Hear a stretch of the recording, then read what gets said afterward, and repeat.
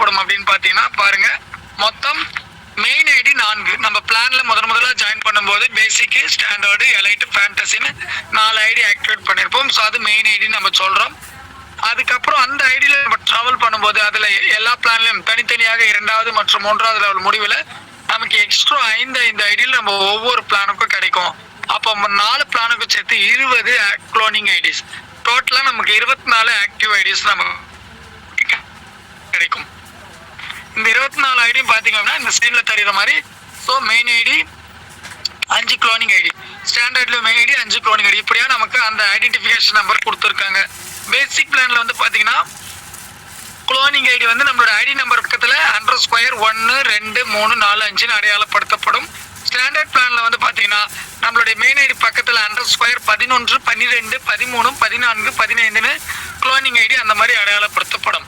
Elite plan அந்த _21 22 23 24 25 என்று elite பிளானுக்கான அந்த குளோனிங் ஐடி அடையாளப்படுத்தப்படும். ஃபேண்டசி பிளானாக இருந்தால் நம்மளுடைய மெயின் ஐடி பக்கத்துல _F1 F2 F3 F4 F5 என்று நமக்கு அந்த 5 குளோனிங் ஐடி அடையாளப்படுத்தப்படும்.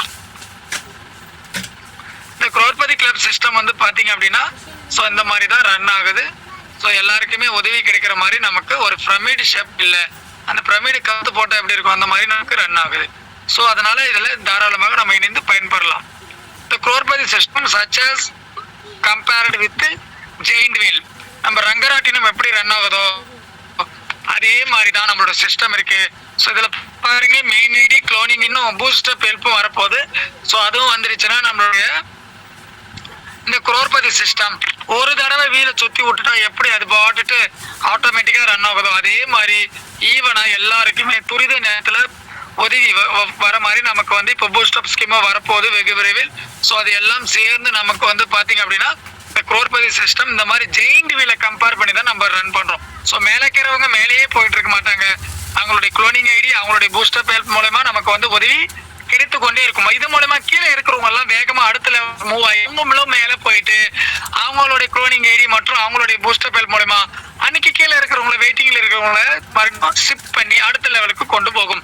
இப்படியா ஒரு ரங்கராட்டினம் மாடல்ல நம்மளுடைய சிஸ்டம் ரன் ஆகிக்கொண்டே இருக்கும். ஸோ நம்ம ஏற்கனவே சொன்ன மாதிரி தான் இது சொல்லியிருக்காங்க. இது கூட நம்ம பூஸ்டப்பும் நம்ம பண்ணிக்கலாம்.